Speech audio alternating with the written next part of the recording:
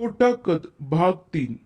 दूसरे दिन इब्राहिम साहब के दोस्त उमर साहब अपनी पत्नी आलिया बेगम के साथ इब्राहिम साहब से मिलने के लिए आए। उमर साहब इब्राहिम साहब के कॉलेज के जमाने के दोस्त थे और एक बहुत बड़े सर्जन भी थे। इब्राहिम साहब से गले मिलते हुए उमर साहब ने कहा, माफ कीजिए, आपकी बेटियों की शादी में नहीं आ सके। हुआ यूं कि हमारा बेटा अली पूरे 5 साल के बाद इंडिया आया है और हम कल उसे ही लेने एयरपोर्ट गए थे। अरे वाह, कैसे हैं अली मियाँ? इब्राहिम साहब ने खुश होते हुए पूछा। ठीक है, उसे कुछ जरूरी काम था इसलिए बाहर गया है। आप बताएं, सकीना की शादी से पहले समा और सबा की शादी क्यों की? इब्राहिम साहब ने अपने दोस्त को सारी बात बता दी। उमर साहब ने कहा, सच कहूं दोस्त, आज तो हमारे मन में सकीना के लिए इज्जत और भी बढ़ गई है। सच में वह बच्ची दूसरों के बारे में कितना सोचती है। वह जिस घर जाएगी उस घर को स्वर्ग बना देगी, अपने साथ रहमतें और बरकतें ले जाएगी। ऊपर वाले से बस यही दुआ करूंगा कि उसे अच्छा ससुराल और अच्छा शोहर मिले। वैसे सकीना है कहाँ? आलिया बेगम ने इधर उधर देखते हुए पूछा। वह छत पर कपड़े सुखा रही है, अभी आती ही होगी, सकीना की चाची ने उत्तर दिया और उतने में सकीना भी आ गई। चाचा जी, चाची जी, आप कब आए? सकीना ने खुश होते हुए उमर साहब और आलिया बेगम से पूछा। बस अभी अभी आए हैं बेटा, उमर साहब ने उत्तर दिया। आप बैठे, मैं आपके लिए गर्मा गर्म खाना बनाती हूँ।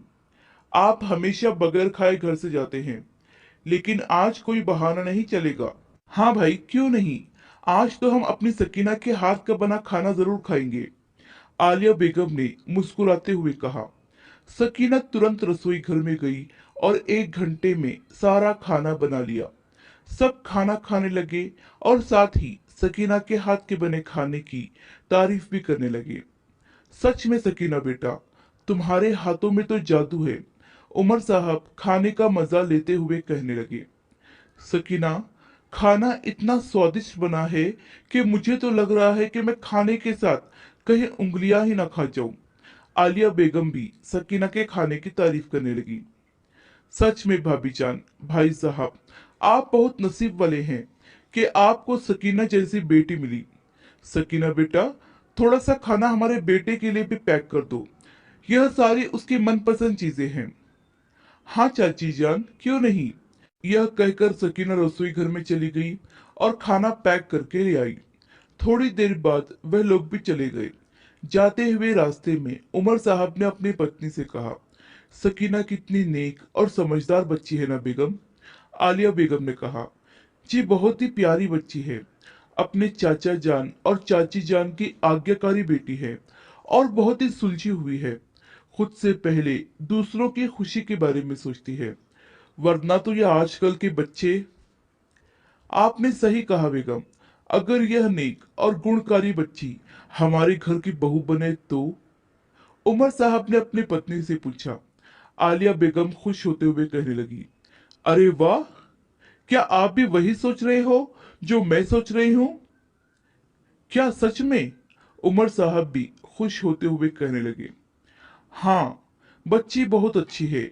एक छोटी सी कमी के कारण उसे इतनी बड़ी सजा नहीं मिलनी चाहिए। वैसे भी हमें इंसान के चरित्र को देखना है, उसके अंदर मन को देखना है, ना कि बाहरी खूबसूरती को, आलिया बेगम ने कहा। सच में बेगम, आप बहुत अच्छी हो। आज आपने मेरा दिल जीत लिया। काश कि हर कोई आपकी तरह सोचता, तो सारे घर स्वर्ग बन जाते। बस मुझे इस बात की चिंता है कि जैसे सोच हमारी है, क्या अली भी वैसा ही सोचेगा? क्या सकीना अली को पसंद आएगी? उमर साहब चिंतित होकर कहने लगे। हम अपनी पूरी कोशिश करेंगे, आलिया बेगम ने उन्हें सहानुभूति देते हुए कहा। उनके घर पहुंचने तक अली घर आ गया था। अली भी अपने पिता के अस्पताल में हार्ट सर्जन की प्रैक्टिस कर रहा था। यह अस्पताल उमर साहब के पिताजी के नाम पर बनाया हुआ था। उनकी आखिरी इच्छा थी कि उनके नाम पर एक ऐसा अस्पताल बनाया जाए जहां गरीबों के हार्ट सर्जरी बहुत ही कम पैसों में या जरूरत पड़े तो मुफ्त में की जाए। और अपने दादाजी के इसी सपने को पूरा करने के लिए अली ने भी हार्ट सर्जन की पढ़ाई की थी। अली भी एक बहुत ही नेक और अपने माता पिता का आज्ञाकारी बेटा था।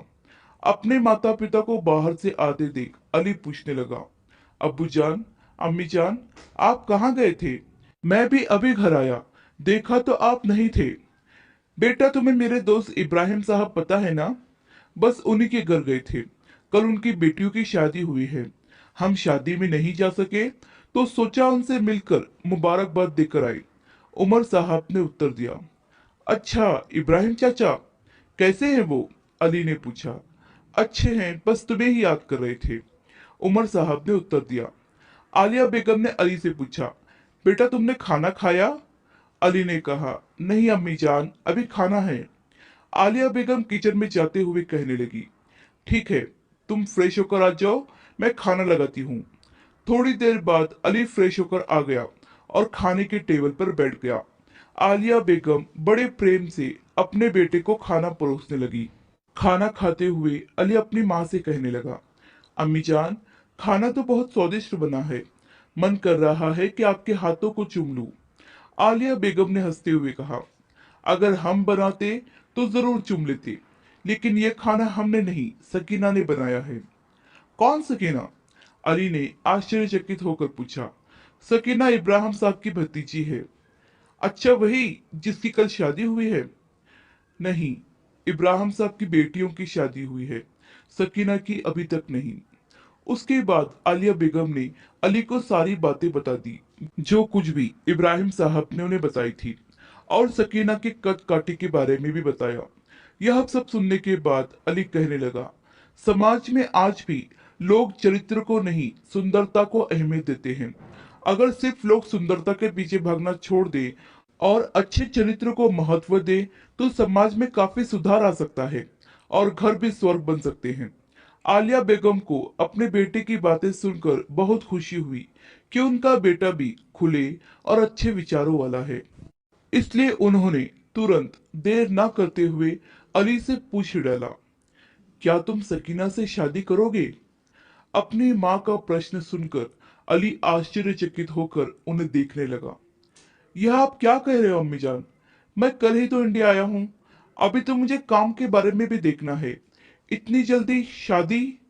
क्या अली सकीना से शादी करने के लिए राजी होगा? देखते हैं अगले भाग में। आशा करती हूँ कि ये कहानी आपको पसंद आई होगी। इस कहानी पर आपकी क्या राय है हमें कमेंट करके जरूर बताइए। कहानी पसंद आई हो तो लाइक और शेयर करना बिल्कुल भी ना भूलिए।